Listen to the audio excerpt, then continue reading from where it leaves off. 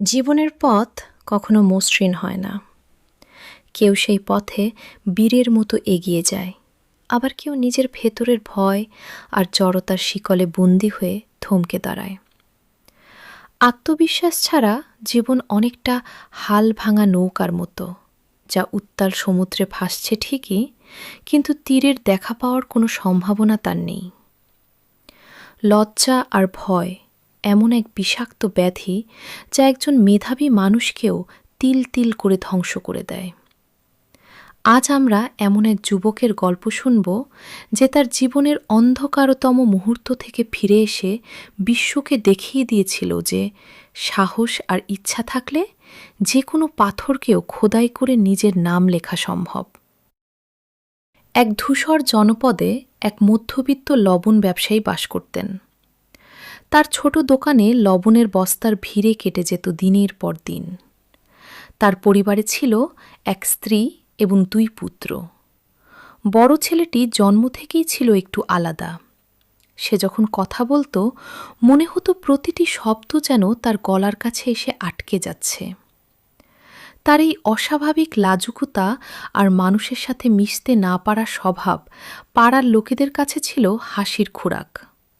কেউ তাকে হাবা বলতো, কেউ বা ডাকত বোকা বলে। লোকেরা যখন তার সরলতার সুযোগ নিয়ে তাকে ঠকাত, সে কেবল মাথা নিচু করে চোখের জল মুছত।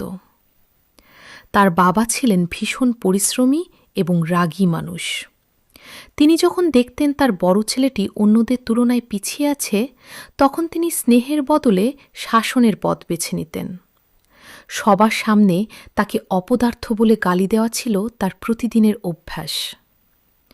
বাবা সেই কর্কশ বাক্যগুলো ছেলেটির আত্মবিশ্বাসকে কাচের মতো টুকরো টুকরো করে দিয়েছিল। স্কুলে গিয়েও সে একা হয়ে পড়ত।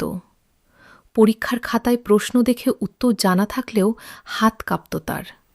মনে হতো ভুল করলে সবাই আবার হাসবে। এভাবেই এক বুক আতঙ্ক আর জড়তা নিয়ে সে যুবক হয়ে উঠল। যুবকটি বড় হওয়ার পর বাবা তাকে পারিবারিক ব্যবসায় সাহায্য করার কঠোর নির্দেশ দিলেন। বাবার ভয়ে সে দোকানে বসত ঠিকই, কিন্তু ক্রেতাদের সাথে দরদাম করা বা কথা বলা তার কাছে ছিল বিভীষিকার মতো। একদিন তার বাবা কাজের প্রয়োজনে অন্য শহরে গিয়েছিলেন।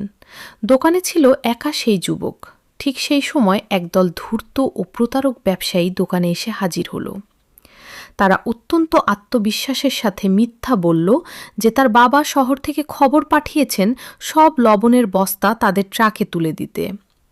যুবকটির মন বলছিল কিছু একটা ভুল হচ্ছে, কিন্তু তার জড়তা তাকে মুখ খুলতে দিল না। সে কোনো পাল্টা প্রশ্ন করতে পারল না। তার চোখের সামনে দিয়ে তারা সব মালামাল লুটে নিয়ে চলে গেল। রাতে যখন বাবা ফিরে এসে খালি দোকান দেখলেন, তার রক্ত মাথায় উঠে গেল। তিনি ক্রোধে ফেটে পড়ে চিৎকার করে বললেন, তুই আমার ঘরে জন্ম নেওয়া এক অভিশাপ। তুই শুধু আমার মাল হারাসনি, আমার সম্মান ধুলোয় মিশিয়ে দিয়েছিস। আজ থেকে তুই আমার জন্য মৃত। এখনই এই বাড়ি থেকে দূর হয়ে যা এবং কোনোদিন এই মুখ আমাকে দেখাবি না। অসহ্য অপমান আর নিজের প্রতি তীব্র ঘৃণায় যুবকটি সেই রাতেই শহরের প্রান্তরে বয়ে যাওয়া নদীর পাড়ে গিয়ে দাঁড়াল। তার কানে বারবার বাবার সেই গালি আর লোকেদের হাসি প্রতিধ্বনিত হচ্ছিল। সে ভাবল, আমি তো পৃথিবীর আবর্জনা। আমার মতো ভীতু আর বোকা মানুষের মরে যাওয়াই ভালো। সে যখন নদীর শীতল স্রোতে ঝাঁপ দেওয়ার জন্য শেষ পাটি বাড়াল, ঠিক তখনই এক শক্ত হাত তার বাহু চেপে ধরল। সে ছিল এক বৃদ্ধ ভবঘুরে, যার চোখে ছিল এক অদ্ভুত গভীরতা আর মুখে শান্ত হাসি। বৃদ্ধ বললেন, বাছা, জীবন শেষ করে দেওয়া খুব সহজ, কিন্তু বেঁচে থেকে নিজেকে প্রমাণ করাটাই হলো আসল বীরত্ব। স্রষ্টা তোমাকে এই পৃথিবীতে কোনো কারণ ছাড়াই পাঠাননি। যুবকটি ডুকরে কেঁদে উঠল। আমি খুব লাজুক, আমি অশিক্ষিত, আমার বাবা আমাকে ঘৃণা করেন, আমার বেঁচে থাকার কী মানে? বৃদ্ধ তাকে একগুচ্ছ ডায়েরি আর কলম দিয়ে বললেন, আজ তুমি শহরের সবচেয়ে জনবহুল জায়গায় যাবে এবং 10 জন সম্পূর্ণ অপরিচিত মানুষের সাথে কথা বলবে। তাদের জিজ্ঞেস করবে তাদের জীবনের সবচেয়ে সুখের স্মৃতি কী এবং তা লিখে আনবে। শুরুতে সে থরথর করে কাঁপছিল, কিন্তু বৃদ্ধের আদেশে সে রাস্তায় বের হল। প্রথম ৩ জন তাকে পাগল মনে করে এড়িয়ে গেল, কিন্তু চতুর্থ ব্যক্তিটি তার কথা শুনে হাসি মুখে তার গল্প শোনাল। দিন শেষে সে দেখল অচেনা মানুষের সাথে কথা বলা পাহাড় জয়ের মতো কঠিন নয়। সে ১০ জন নতুন বন্ধুর অভিজ্ঞতা নিয়ে ফিরে এল। বৃদ্ধ তাকে একদল খেলারত শিশুর কাছে নিয়ে গেলেন এবং বললেন, আজ এই শিশুদের তুমি একটি গল্প শোনাবে এবং তাদের বোঝাবে কেন জীবনে কখনো মিথ্যা বলতে হয় না। যুবকটি আঁতকে উঠে বলল, আমি তো কথা বলতেই পারি না, আমি কি করে ওদের শেখাব? বৃদ্ধ মৃদু স্বরে বললেন, ওরা শিশু, ওরা বিচার করবে না তোমার ভুল হচ্ছে কিনা। তুমি শুধু তোমার মনের কথাটুকু বলো। যুবকটি যখন গল্প শুরু করল, শিশুরা তার চারপাশ ঘিরে ধরল।